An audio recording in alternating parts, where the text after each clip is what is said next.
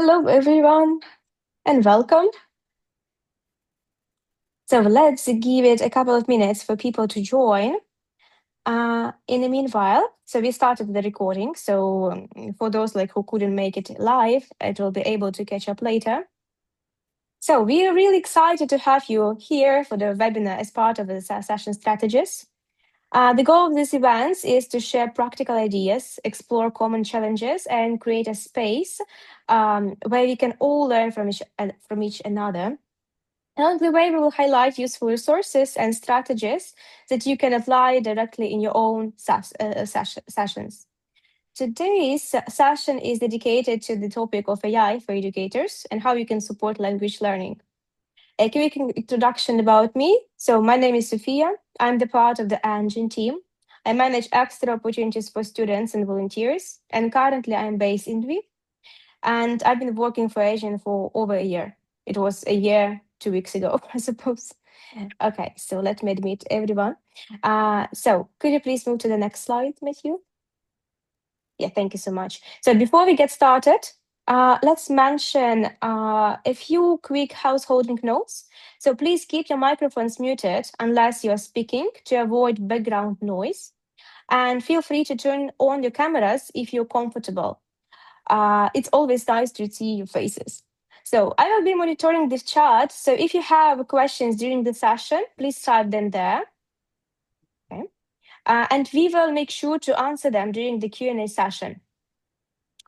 So let's move to the next slide, Matthew, please. So now before we dive into today's topic, so let's take a moment to get to know each other for a little better. So could you please introduce yourselves in a chat and tell us where you're from and what's the first thing you think about when you hear AI?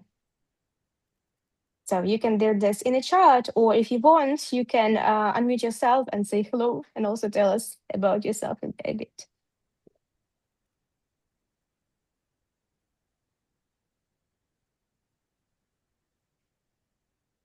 So let's wait.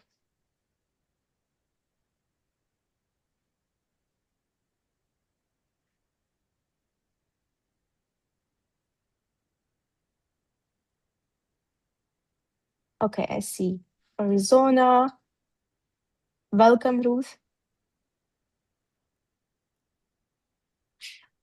Syria, Osama, nice to meet you. AI can help in teaching. Okay, yes, I agree. Lena, Ukraine. Oh, Ukraine is the part of the ENGin for educators. Yes, okay, I see. I've been with ENGin for over 4 years. Oh my gosh. AI helps me in teaching and learning Spanish. Oh, Trina, you're learning Spanish. It's very nice. Oh, Kryvyi Rih, Ukraine, Mariana, yes. All the Ukrainians are joining us today, by the way. These are the teachers from the ENGin for Educators program. So that's why you can also see some Ukrainian names and hear maybe some Ukrainian names today. Oh, Ukrainian in Edinburgh. Oh, Olha, that's so nice.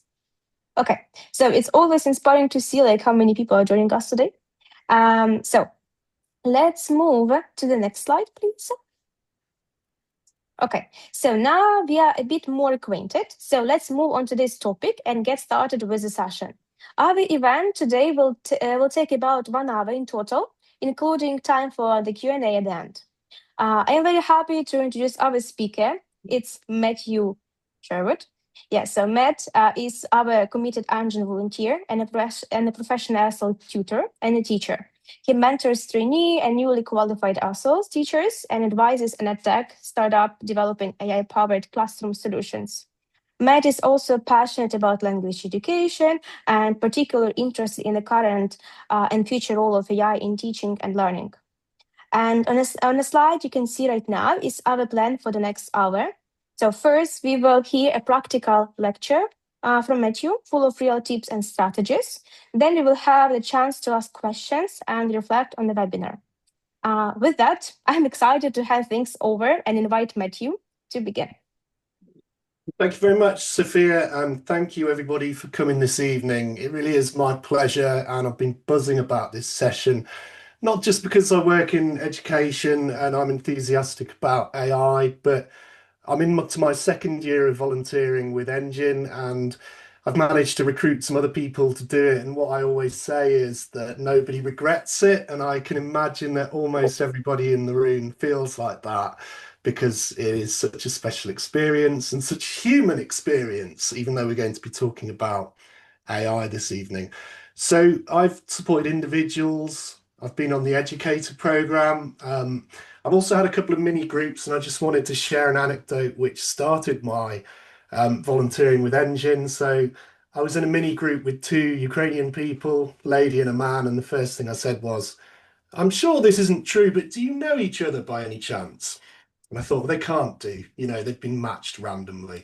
And they said, well, we should do. And I said, well, why is that? And they said, well, we're married to each other. So that kicked off a wonderful, wonderful weekly session, which we still do.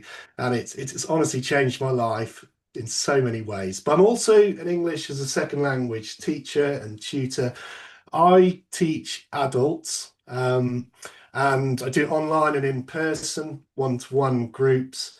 I haven't always done that. I used to work in business until I found what I believe is my true calling. But as part of my work with AI, I advise on pedagogy and also aspects of language learning to a startup in New York, which is rolling out classroom assistants based on AI, which are definitely not designed to replace the teacher. They're designed to give each kid, in this case, in the classroom, extra time and more personalized support. And I think that's really quite relevant to what we're going to talk about. So let's do that. So we've asked the question, what does AI mean to you? Fantastic. If you continue to have any thoughts on that throughout the session or any other things you want to raise for the Q&A later, please do that. If anybody wants to raise their hand, as Sophia said, you're welcome to chime in with questions or comments. Don't want this to be too much like a lecture, I just want it to be useful. So I thought we could set the scene by talking about, well, what actually is AI? How are we using it? And how it's relevant to our roles, perhaps our lives. And so by roles, I kind of mean what we're doing at ENGin as volunteers.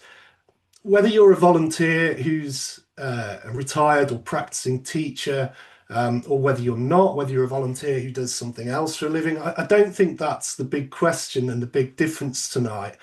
I'm not going to make any assumptions, but I do want it to be useful and stimulating to everybody, from the very small amount of people who responded to the survey who don't use AI tools or don't use them knowingly, through to people more experienced than me as teachers and perhaps more knowledgeable than me about AI, because it's such a new thing. I think we're all learning about it all the time.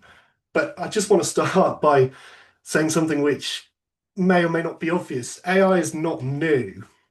AI is not a new technology per se, and it's not restricted to ChatGPT or similar models, which burst onto the scene in, I believe, November 2022 and took the world by storm. Took me a little while to start using them, but millions and millions did straight away. But this is not the full story. So, what do I mean by that? Well, you may already be aware autonomous vehicles that are learning how to drive, usually safely, are based on AI. They're based on processing videos in the way that our eyes work or model on that. You may have a scan, and a doctor may use AI to increase the likelihood of finding out if there's any abnormality on there. But in all these cases so far, it's the human who rightly makes the final decision. So it's going to be human plus AI. And I believe that is the long-term trend, even if roles change, different roles created, other roles are lost. And I think that's even more important with what we do. The other kind of initial point I want to make is that we're encouraged, and we are encouraged by the companies to feel and believe that chatbots, so I mean ChatGPT, Gemini, Claude, and others that we've heard of or interact with, we're kind of encouraged to feel like they're human because they talk to us in conversational English. They talk to us in the way we want to, whether that's by typing in things and having a kind of almost realistic human speed response, whether it's we talk to ChatGPT with a microphone, maybe when we're driving, probably not a good idea, and it speaks back to us. But they are not humans, and this is obvious, and they are not conscious. And the reason I mention this is because I think that's a distraction. I think human plus AI is the way forward because AI in any application doesn't know anything. So ChatGPT doesn't know anything because it has no proper understanding of human language. And yes, what we see is amazing, and what we can do is going to be even more amazing.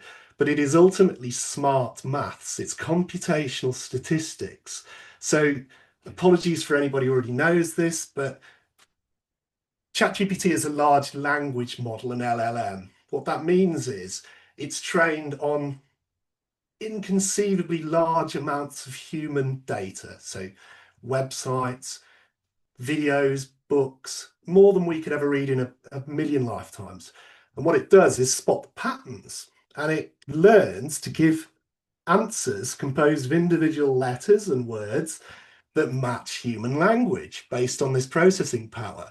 And guess what? The companies encourage us to interact. And if anybody's using ChatGPT, for example, it might say, "Oh, I get you. I understand what you're saying. Here's a suggestion." But it doesn't know anything, and it doesn't know the difference between truth and falsehood, which is why we get something called hallucinations, which we'll touch upon later.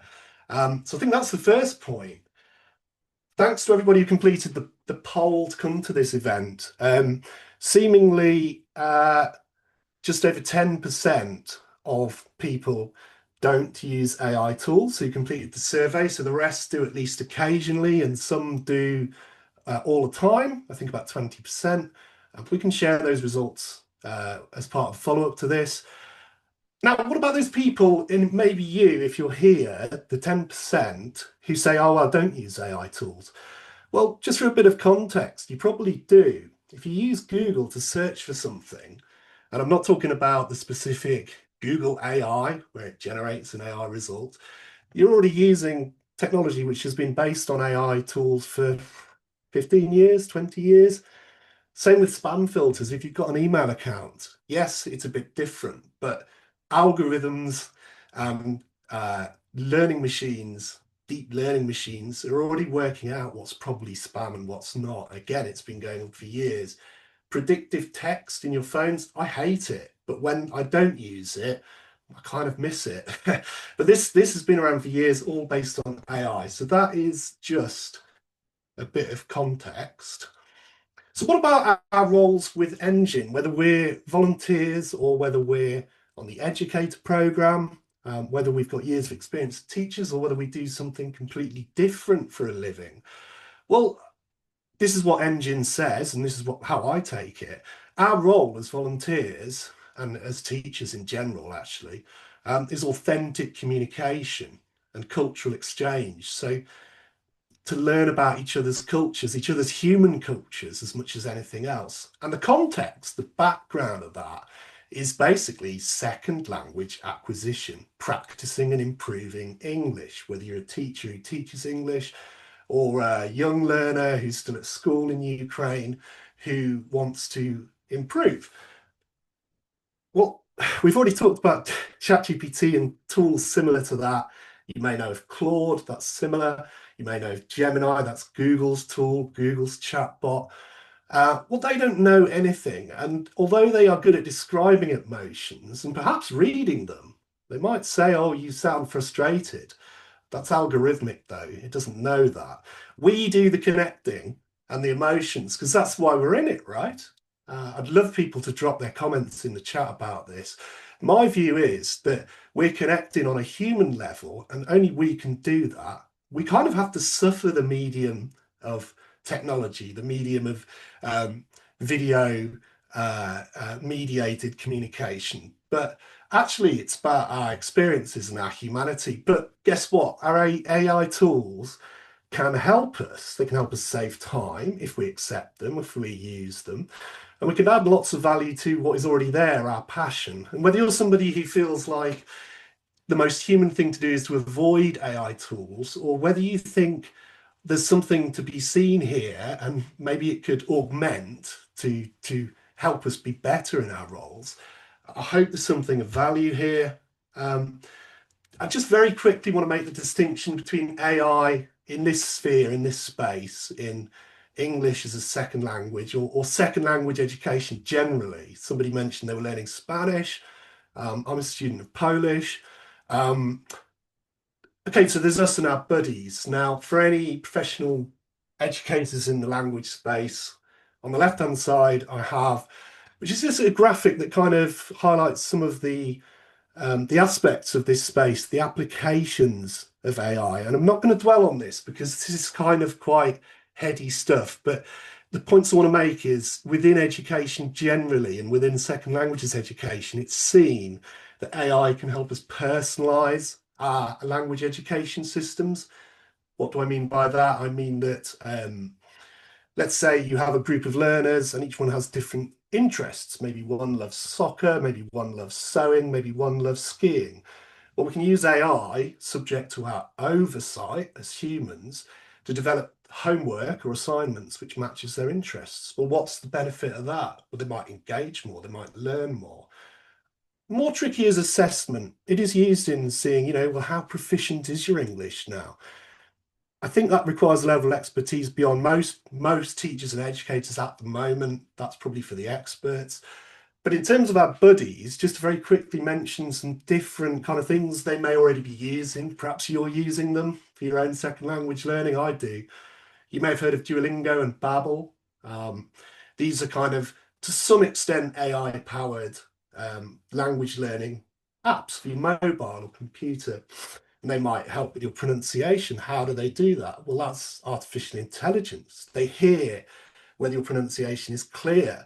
And to a very largely accurate extent, they feed back, perhaps not perfectly, but this is useful. I can talk Polish to Google Translate, and if it understands what I've said and types it, fantastic. That's a very simple application. And then we've got things like Grammarly. Well, Grammarly is largely AI powered. That is to help learners, maybe if they want to do an essay or some formal writing, that will suggest not always correctly grammar changes. So it can be somewhat useful. Blue Canoe. Sophia, I don't know if ENGin still recommends this. This is a fantastic aid to pronunciation for the English language. As you probably all intuitively know and feel, English is not a regular language, right? Lots of languages like German and Polish and Ukrainian are phonetic languages. They make sense, but they're predictable. But this is an awesome app for learners, Blue Canoe, and it will change the way learners think about how to pronounce words in English and help make sense of the chaos. So, next question for the chat or any raised hands. Any concerns about AI? Any issues?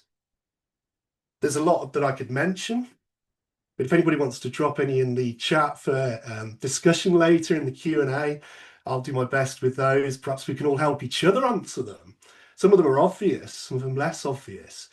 But what I want to suggest is we should all find out everything we can about AI, benefits and risks, to the extent we think it matters in our lives. So if we think it's important, and that's a subjective view, we can find limitless YouTube videos from experts, much more expert than me, leaders in tech, leaders in philosophy about some of these risks, whether it's environmental, whether it's to do with plagiarism in universities or schools. And for any teachers, if you already have an organisation which has policy on AI, great. But if you want to follow the British Council's one, that's aimed at English teachers, that's really useful. Sort of ethics, guardrails, stuff like that. But don't forget what you can bring to the table as a human, because that's not going to go away. Try teaching someone what you find out. Download apps and experiment with them. Different types of apps. What do they do? What's the purpose of them? What are the possibilities? Teach someone else. Try speaking to your buddy about it. You might learn from each other. One thing's for sure, if you teach someone what you learn, it's the best way to prove that you've understood it. Fantastic. So, just want to move on to something called prompting. And I'm going to assume no knowledge here. To me, it's obvious what prompting is because I do it every day. ChatGPT or other applications. But for anybody who isn't particularly operating in this space yet, prompting, it's one of the answers to hallucinations. So hallucinations are errors AI makes. Try asking ChatGPT about a song you love, maybe not a really popular one. Talk about the lyrics. Within a few seconds, you'll find that it's likely to start mixing up lyrics from different songs. Well, why is this important? So what if it says, yeah, I really like the lyric about the wintry storm. Well, hang on, ChatGPT, that's a different song. The point I'm trying to make is for the foreseeable future, as useful as AI is, it will always get some things wrong. Again, this is why it's important for humans to be in control, whether it's a surgeon looking at results of surgery, whether it's a volunteer helping a buddy with grammar. It's really important that we use what we've got and AI will not have for a long time, if ever. So those are hallucinations.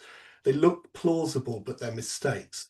So what's prompting? Well, prompting is basically the way you interact with your artificial intelligence, whether it's ChatGPT, whether it's Gemini, which is also very good, Claude, which is brilliant. Try them out. Prompting is basically what you ask it to do, the instructions. Now, what it should be is carefully worded instructions, because there's a saying in the industry, garbage in, garbage out. And it doesn't really apply to what we do. It's more like how the AIs are trained. The point's the same. We could ask an AI, what day is it? Well, it'll probably work it out. ChatGPT will probably say it's Saturday or it's Friday or whatever. Is that useful? We use natural language to interact with it. We say, ChatGPT, make up a song about Spain for somebody learning Spanish. Make it at beginner level. Okay, so we give it instructions. We might give it a role. We might say, ChatGPT, you are one of the world's most talented lyricists. You are an amazing songwriter. Write me a song about Spain. Okay, that's the role it's playing. What information to use? Well, if you're asking for important stuff, maybe you want to know about events in Ukraine. Well, are you using an AI which is linked to the internet? Can it access stuff now, or is it going to give you an answer 3 years out of date? So that's the information to use, and the output. Well, that could be anything. It could be text, it could be videos, it could be images or audio, and we'll see that as we go on. I'm going to show you that very soon. The point is, be clear and be accurate and as specific as you can, whatever task, and use your imagination, because the creativity is not in the response, it's in your question. I think that's important to consider, whatever we're using it for. So what is prompting? What does it look like? Apologies for anyone who does it every day. You can see on the screen, I've dropped in a bit of text there into the prompt bar. But at the top is what I've asked. So I'm a new ESL volunteer for ENGin. Give me 5 short bullet points to build rapport with a Ukrainian adult learner in our first session. Well, it's done what we've asked. We need to check it. We might think differently. We might say, I like this idea. It says express interest in their story. Yeah, that really chimes with me. Set a positive tone. Yeah, I think so, but also be respectful, because Ukraine's in a difficult situation. So you might adapt it, and that's fine. What happens if we do the same prompt? We ask it the same question in ChatGPT, the same application. So notice on this one, the first kind of bullet is warm greeting and name use. Sounds good. So let's ask exactly the same question. What happens? Oh, hang on a minute. It's giving us some bullets, but they're different. And this is the other key thing about ChatGPT, Gemini, Claude. They will never give you the same answer twice. And it's to do with the way they're designed, and it's to do with the maths. That may not be a problem, but in that sense, it's not like looking in a dictionary. It's not like searching for specific sentence that will come up over again. Okay, so what about images? Maybe we want Gemini, which is similar to ChatGPT, to create an image for us. What does that look like when we prompt, when we interface with our LLM, our chatbot?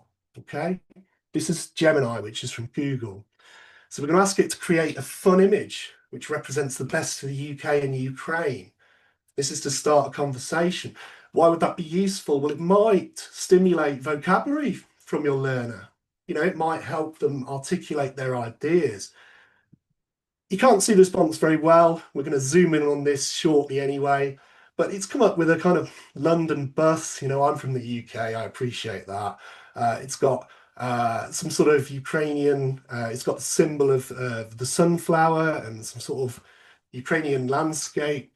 Great, okay. And it says UK and Ukraine, a cup of conversation. So we know it can create images as well, and we'll see shortly videos.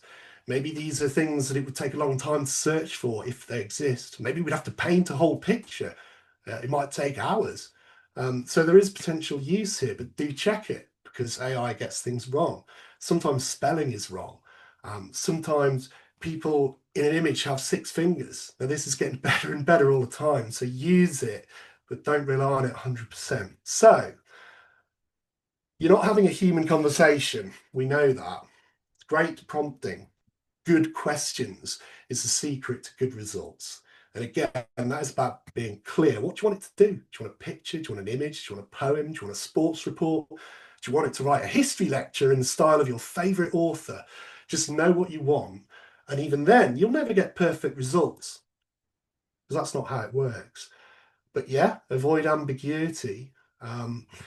One thing I did was, and I did this deliberately, and I think this proves a good semantic point for us people in this space. I asked ChatGPT to tell me about surprising people. Okay, I did this for a reason. Okay, so I got ChatGPT in my prompt bar. Tell me about surprising people. Okay, and it said something along the lines of surprising people are individuals who may have attributes that aren't obvious. Blah blah blah. Good answer. What's the problem? I didn't mean that. What I meant was the act of surprising people. I meant, how do you surprise them? Do you run up behind them? Do you tickle them? Do you do something else? And it doesn't understand. So just bear in mind, you are the person with the human mind. You are in control of this, and that's not going to change. So, what does this look like? I volunteer to help a person in Ukraine learn English. Can you suggest something to talk about at our next session? Please keep your response short. I'm not going to show you the process of prompting because we've seen that, but this is what you get back from ChatGPT. Pretty good. That's meaningful work. For your next session, choose a topic that is practical, engaging, and emotionally safe. Perhaps this is obvious, but perhaps it's useful to be reminded. And then we've got some options: daily routines, food and cooking, dream destinations, travel, that's awesome, hobbies and free time. Goals for next year. What's the problem with this? Nothing, but it's not very specific. What about if we give it some additional context, and that's just a more specific instruction? I'm a volunteer with the NGO ENGin, and I'm about to meet my match in our first weekly video call. I want to show respect, break the ice, blah, blah, blah, blah, blah. I would also like to greet them in Ukrainian, perhaps just by saying hello. Create a brief session plan. So we get something that looks more like this. You've got an instruction, how to say "Привіт," hello in Ukrainian, some other phrases. Basically a plan that you can either use or adapt on the fly. So what would you like to focus on in the meeting? So ChatGPT knows this is our first meeting. Well, that's a great suggestion. We know it anyway. ENGin advises us to ask this, but then an icebreaker, and then cultural exchange starters, because ChatGPT knows that ENGin is based on cultural exchange. Share a cultural detail. What's a typical day like where you live? And none of this is rocket science, but it might give you ideas, especially if you're tired, you lack time, or you just want some inspiration. So, what about images and videos? This is where it gets slightly more interesting. The only difference is we have to be really specific because you might say, I want a picture of a girl standing in a field. Great, okay. What's the weather like?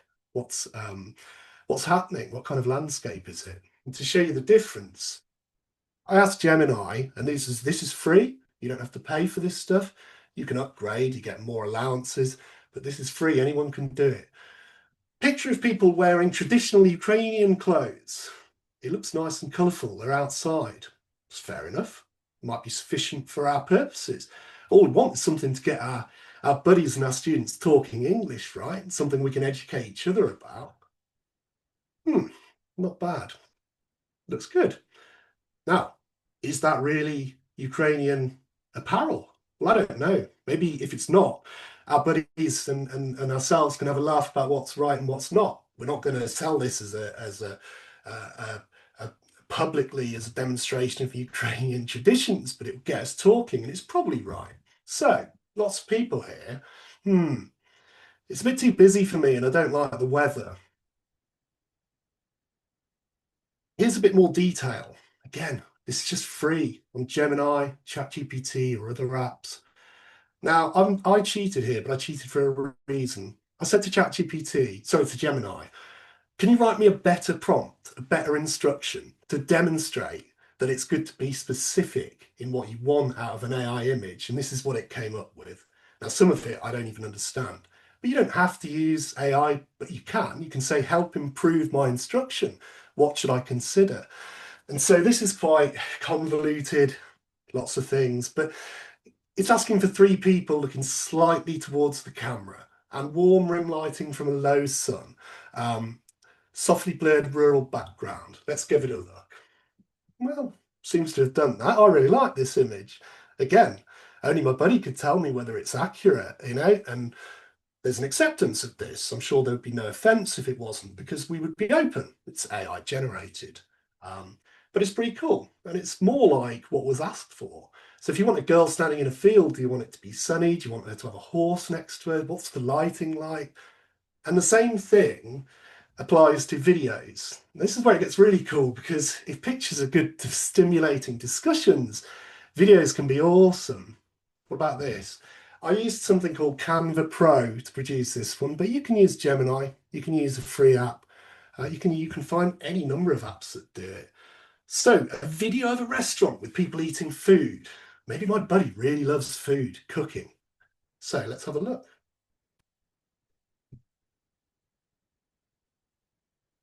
Looks pretty cool to me. There's no sound, but we didn't ask for sound. Great, we could talk about this restaurant in our next session, but hold on a minute. Let's be more specific. Again, I asked AI to help me with AI. I said, look, I vaguely believe my buddy has an interest in Italian food specifically. And I know they've been to Florence, they loved it. So, what possible better conversation for them to engage and to improve their language skills than by having a video that's more suited to that? So, yeah, family run Italian place in Florence. Bit stereotypical, but there's a grey haired chef sprinkling parmesan. So, what did we get?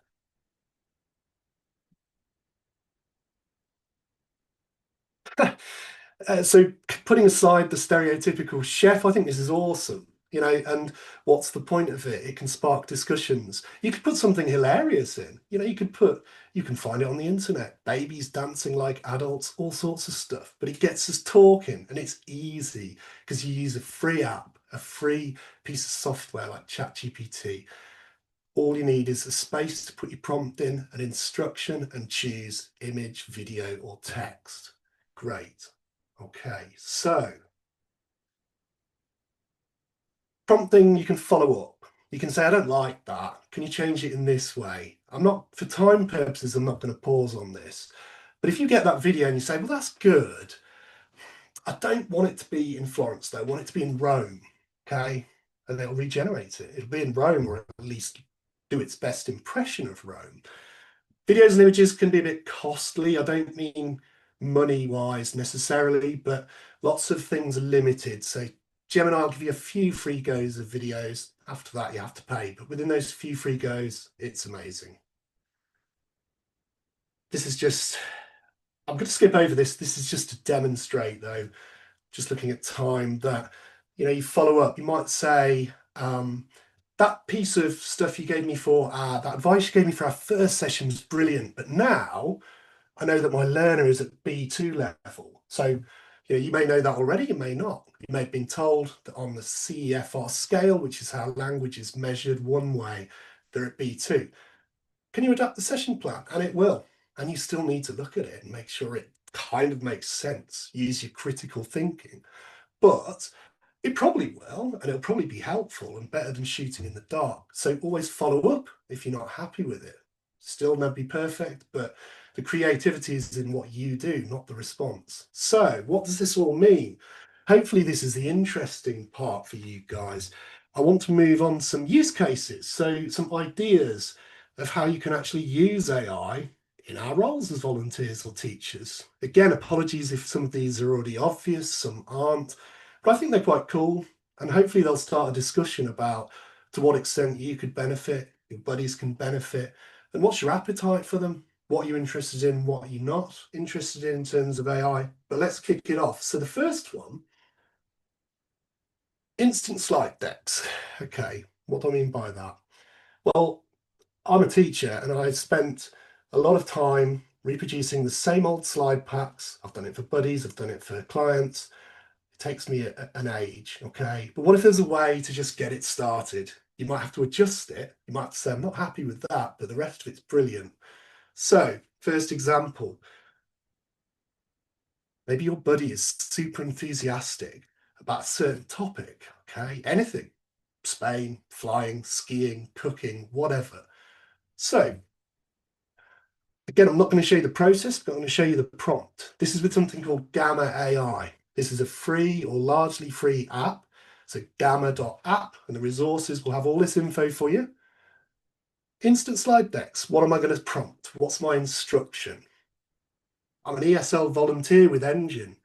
Bit about my buddy, what they're interested in. So maybe they're interested in idioms. And I've got a client who's a professional pianist, okay? But she wants to improve her English to speak at performances. We do musical idioms. Something strikes a chord, that's a great English idiom. Make a song and a dance about something. Okay, let's say we've got a learner who's also interested in this. Maybe we're short on time, we want some inspiration. So I'm going to put this prompt in. I have to specify on Gamma AI it's a presentation, but that's just one button to press. It is easy for anyone. Okay, and what do we get? This is what you get. So we've got a front page, musical idioms, striking a chord in English. Quite like that. You still need to check it, but what have we got?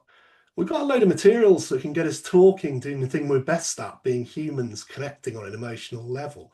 So blow your own trumpet. Well, I know from learning second languages that some idioms are hilarious. You just don't understand them. There must be millions of Ukrainian ones that we would think are ludicrous. Maybe some are shared. Maybe some are really similar. I know that's the case between German and English. Maybe it is with Ukrainian. What else have we got? To play by ear. Okay, but what's the point in this? Well, it's already suggested some activities. Remember, this is one click, one prompt. Let's discuss it. Can you think of a time when something, a book, a film, or a conversation struck a chord with you? I think this is pretty cool. It may not be exactly what you wanted, but the more specific you are, the better you'll get. And you can say, I don't like the colours, change it to a blue colour scheme. Or I don't like the photos, make them more realistic. And this is largely free. It's not just Gamma app, it's others. But this is pretty cool, right? So, just going to flip through the other slides. A challenge, use at least 3 idioms from today's session, okay? Get inspired. Little quiz. All this is automatic. You want to read it, you want to check it before you use it, but still pretty cool. So, what else? Use number 2, multimodal learning. That's just a fancy way of saying, and this is proved by science, that the best way to learn anything, especially languages, is to be exposed to different media, okay? What do I mean? So images, sound, writing, kinetic learning, movement, and the more you have, doesn't matter whether you favour visual learning or auditory learning, the more you have, the more successful you'll be. And guess what? It can be more engaging when you personalise it. Now, this is Notebook LM, okay? This is owned by Google, and this calls itself a research partner, but there's pretty cool stuff we can easily adapt for our buddies and in general. Okay, let's say your buddy wants to learn about London. Let's help with a mind map, the picture scheme of how words relate, flashcards so they can test themselves, and your very own podcast. Podcast? What do you mean your very own one? Yeah, generated by AI. And guess what? You can actually listen to it and join in while it's happening. You can interrupt the hosts. You can ask questions. So what do I mean? Here's my prompt. I'm an ESL volunteer with ENGin. This isn't rocket science. This is just being specific and accurate. My learner's at C1 level. That's pretty advanced. I want 5 cool facts about London, okay? And what we're going to do is turn these into different ways that are together more engaging and memorable. The first one is pretty straightforward, actually. It's a little mind map. I'm sure we've all used them, seen them. This is a video of me just having a look at it. So it came up with stuff like Roman history, the River Thames. You can adapt this to any city, US, anywhere you like, okay? Any subject. We may not think it's perfect, but again, this was just with one prompt and then clicking on mind map in Notebook LM, okay? Yeah, okay, that's interesting. Might help for revision, but it's not that interesting. What about some flashcards? What's a flashcard? Well, when I was a kid, flashcards were things that you actually learn stuff by having little physical cards. You'd have a question on it, and then you turn it over. Did you get the answer right? This is just online, and it's better because it remembers your mistakes, okay?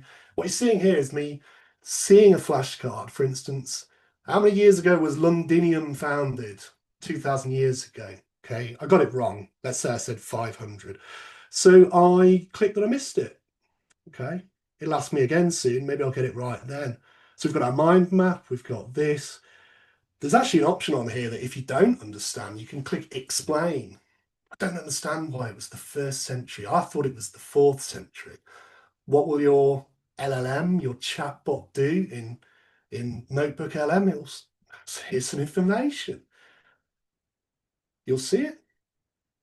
It began as a Roman settlement almost 2,000 years ago. So now I can understand a bit more. Again, the chances of this all being 100% accurate are slim, but the chances of it being mostly accurate, subject to discussion and your own critical thinking skills, are very high. So it's useful as long as humans stay in charge, as long as we've got critical thinking skills and knowledge. Okay, fair enough. What next then? Okay. What about a podcast? What's a podcast? People talk to each other and maybe they have guests and they say, today we're talking about the Iron Age, we're talking about earthworms, we're talking about magic, and there's a discussion, right? Well, what if for our learners and for ourselves, either in English or Ukrainian, we could just press one button with one instruction and have a custom podcast we can listen to about that subject, that space, whatever, at their level of language, B2, B1, whatever. What if we could do that? What if we could actually say, hold on a minute, I've got a question, and the host would say, what's your question? Well, let's have a look.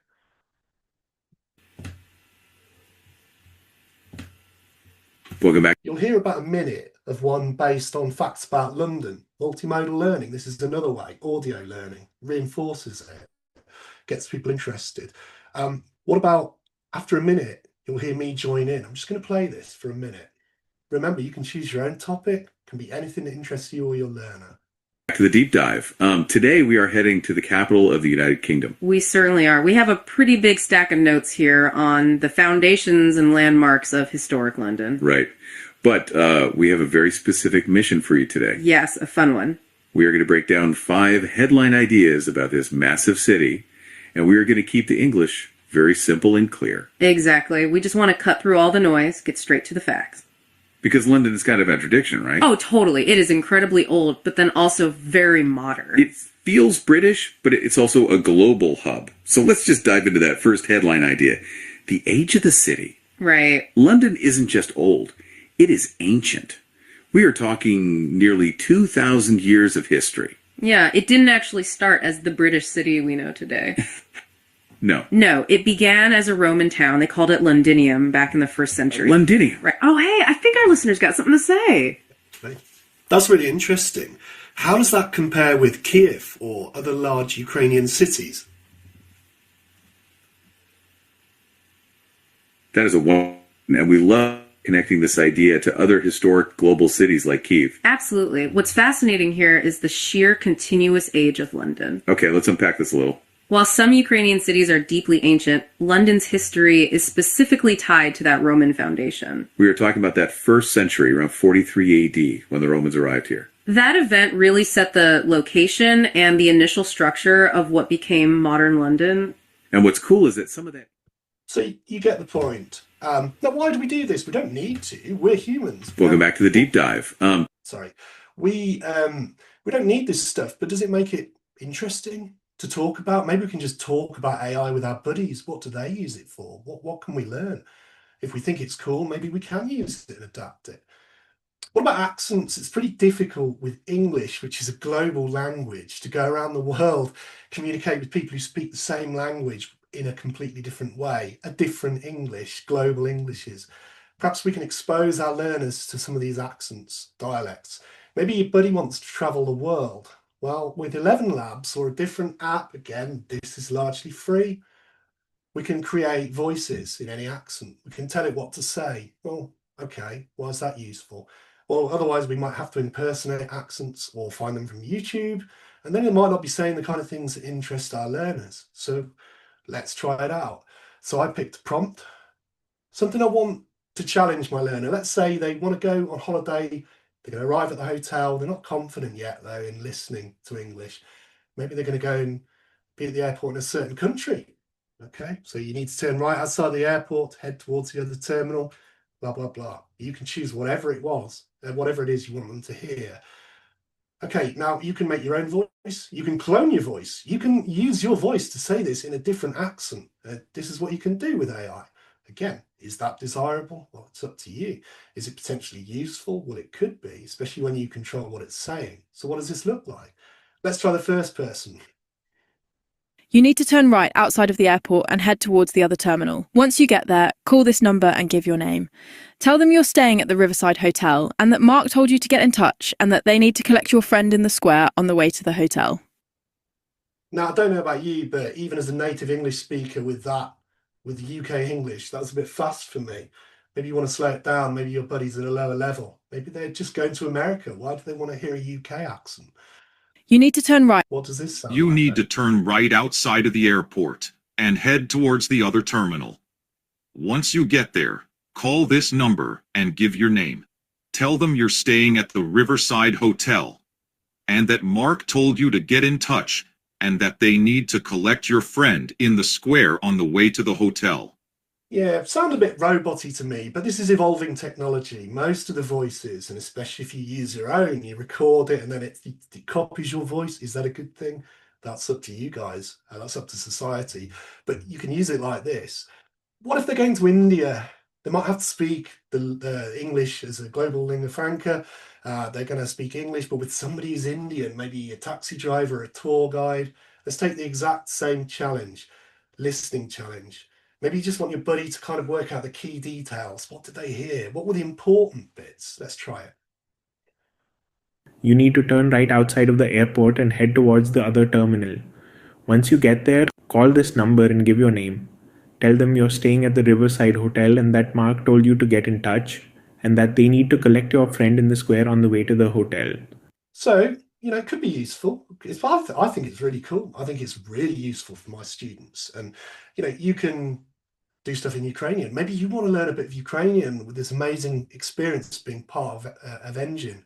Maybe you can practice using this. The last one is kind of like you're either going to love it or you're going to hate it. I think it's cool. And these are just suggestions, build on these. Go out there and find out what apps can do. What haven't I showed you? What don't I know? What could be useful? Just ask the question. Ask ChatGPT the question. How can I use AI in language support volunteering? The last one.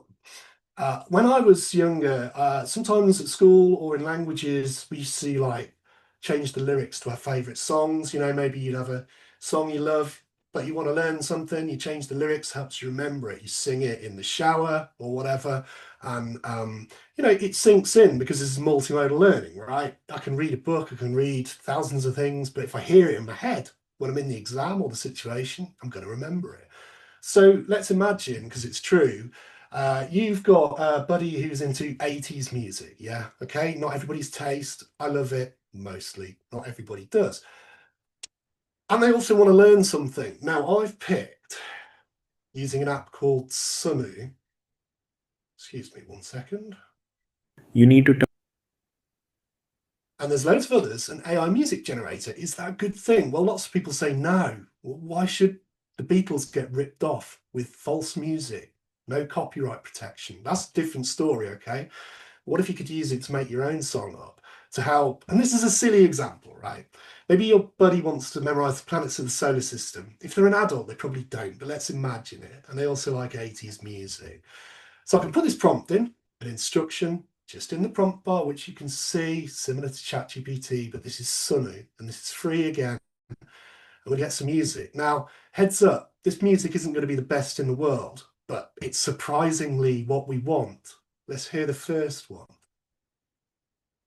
Create a song in the style of 80s pop, blah, blah, blah, names of the planets. This is what we get. And you can change this. You can say, I don't like it. Want a female singer. This is what we get.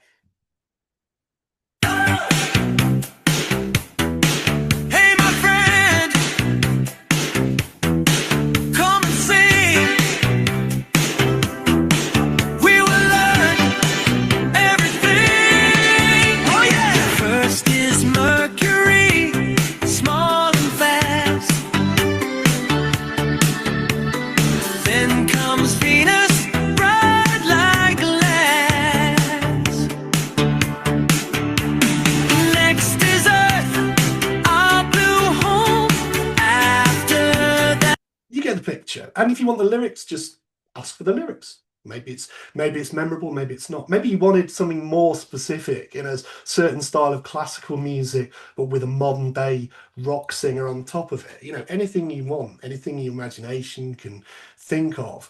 And you know, you can change the lyrics. I don't like the lyrics. I don't want it to sound so silly. I want it to be more useful. I want it to use the past perfect tense with vocabulary to do with ants or cats. You know, maybe that's what your learner's trying to master. Okay, you can do it. Just from that single prompt, here's another example. If you didn't like the first one, you probably won't like this one either. Let's hear it. Hey, my friend, come and sing. We will learn everything.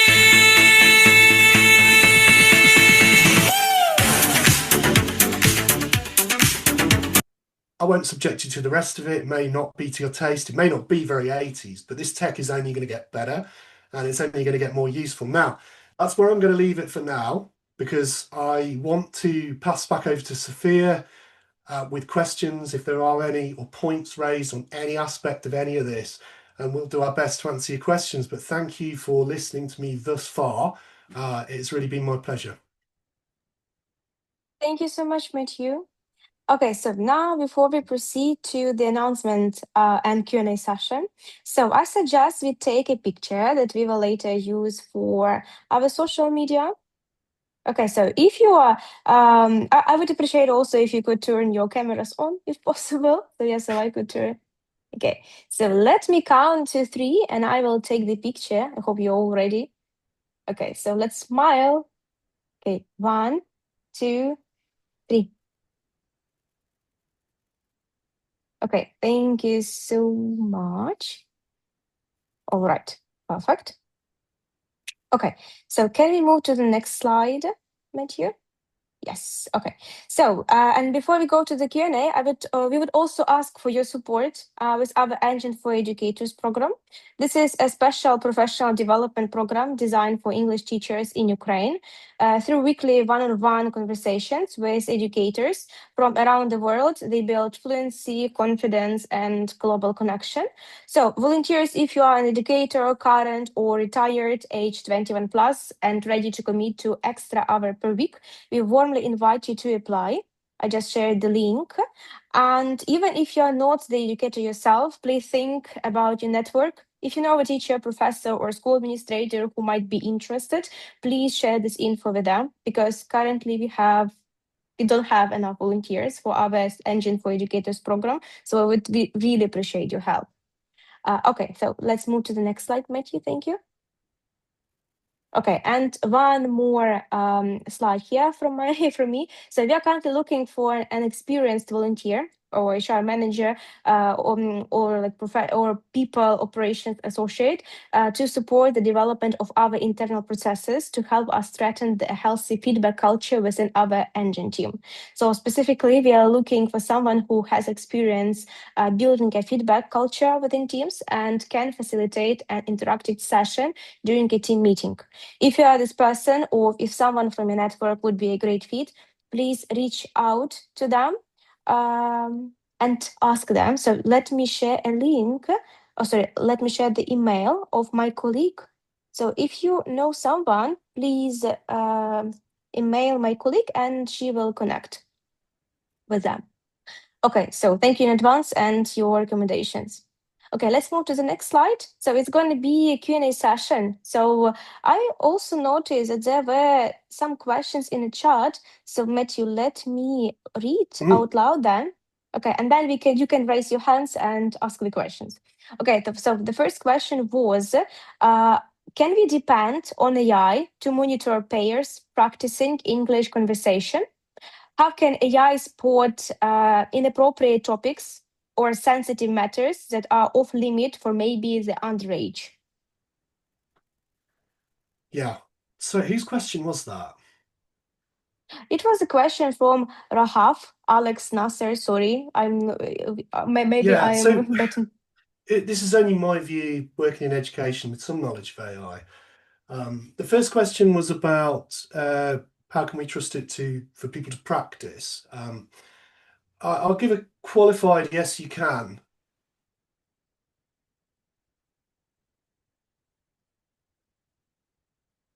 Particularly grammar, vocabulary, fine. So students can use a chatbot using the microphone or using text to have a conversation to simulate it. And as long as they're reasonably, if they're using kind of grammar that they already know a little bit and they're not looking for a totally new grammar instruction, I think that's cool, because largely you'll get accurate feedback, largely. And I know this from learning second languages. But if you sort of say, explain the semantic nuances of the following tenses in English, it'd probably be right, but that's where a human comes in, especially if you're working in education. That's your subject. And like the surgeon who uses imaging to spot things they might not spot, yeah, AI is there to help and for students to practice, but we're the ones with the knowledge of the language or whatever you're teaching.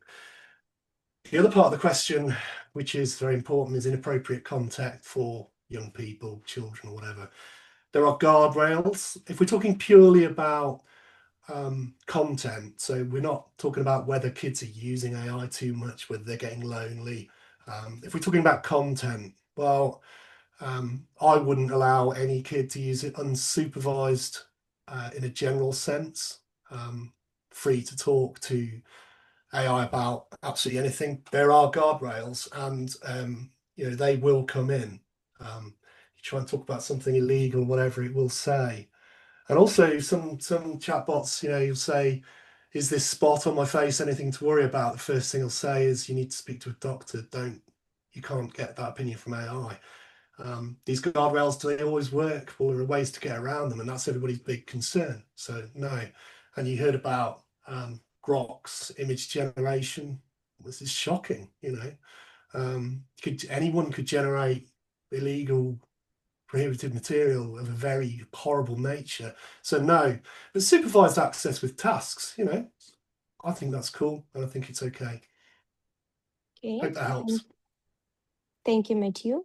Okay, the next question was shared in the chat. So what is your personal favorite AI program and what is the most productive?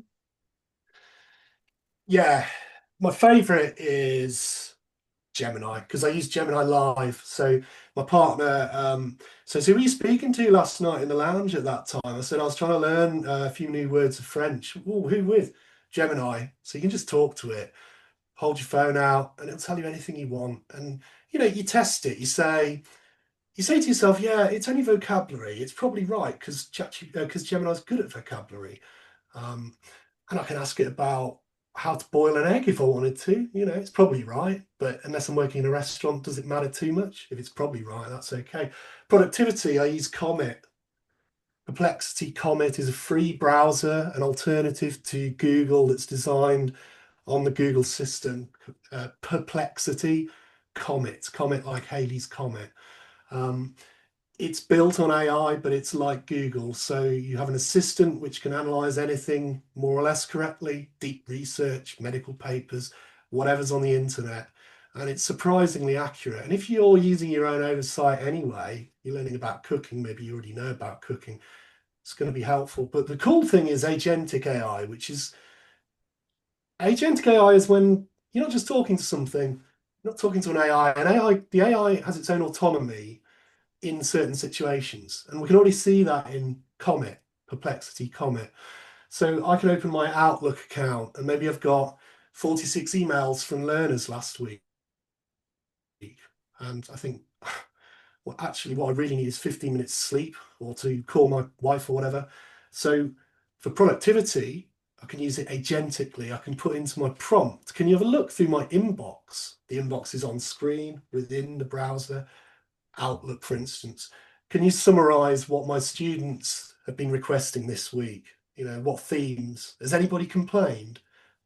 It takes a while because this is evolving technology.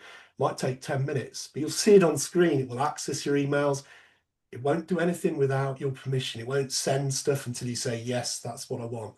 But meanwhile, I go and get a cup of tea or a sleep, come back, and it's done it, and it says, and it's very accurate. You still want to check it. If it's a legal contract, you're going to check it, but it will say, you need to follow up with this person because they've asked you twice for this. You also need to think about whether you're going to be available on Tuesday. And, you know, I kid you not, this stuff is almost 100% reliable. So Perplexity Comet, if you're not sure, just ask it, how do I do cool stuff? Can you help with my email? And if you go to the ENGin website, load up all the resources, analyze them. Could you analyze these resources? Tell me what the common factors are, and then design a similar kit for the subject of AI in education or space travel, and it'll do it, and it'll spot the connections. I hope that helps. Thank you so much, Matthew. And we also had one question about like the materials and all the names of the programs you used today. We will share all the links and all the materials in the follow-up email. So yes, you can expect this tomorrow or in a day. Yeah. Okay. The resources will include everything you've seen and links to go to it, any other information that might be useful, but experiment and see how you go. But yeah, thanks, Sophia. Yeah. Okay, so now you can unmute yourselves so yes, and ask any questions you might have. So please.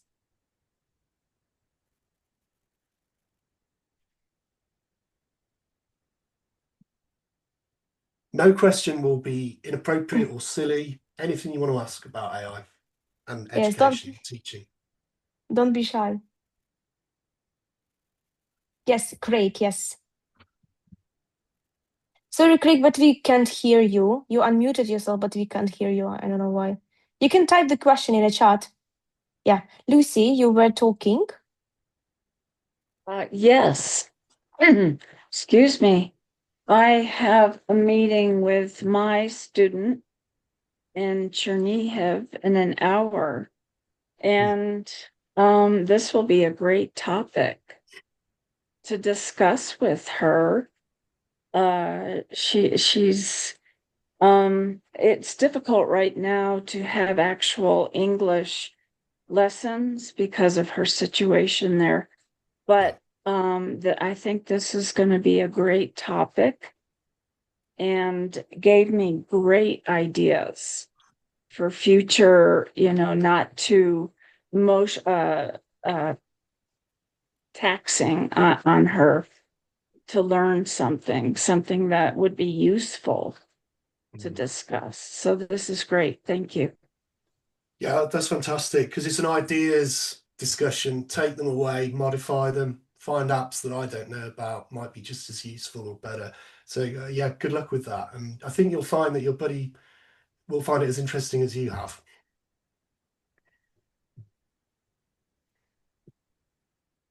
Any other thoughts, reflections, or questions? So please unmute yourselves and ask.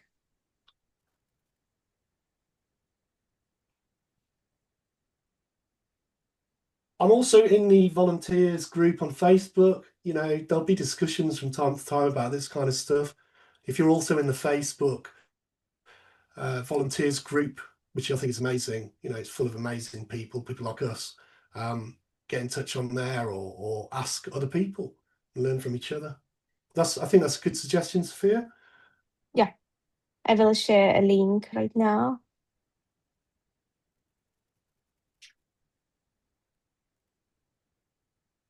Yes, feel free to join our Facebook team. Oh, sorry, team. Sorry, Facebook group. It's a bit late here in Ukraine, so I'm a bit tired. Okay, just a sec. Okay, feel free to join. We also have our like support chats on Telegram and Discord, so you can also choose whatever you want. Let me share just like 3 links with you here. Can I just add something in, Sophia, on a practical note? And it probably applies to educators more than volunteers, but it's still important. Be careful what you share with AI as you would share with anybody else. So, you know, don't use your bank details with a browser to make access to your accounts. You know, don't share personal information about your learners, especially if they're kids. Use your common sense there. It's fine to create a slide deck on the subject of whatever, and it's fine to say that your friend Sophia in Ukraine is at B1 level and blah, blah, blah. But just be mindful that, you know, this is an emerging technology. And if you work for a company, there will be a policy on this. You know, you can ask them.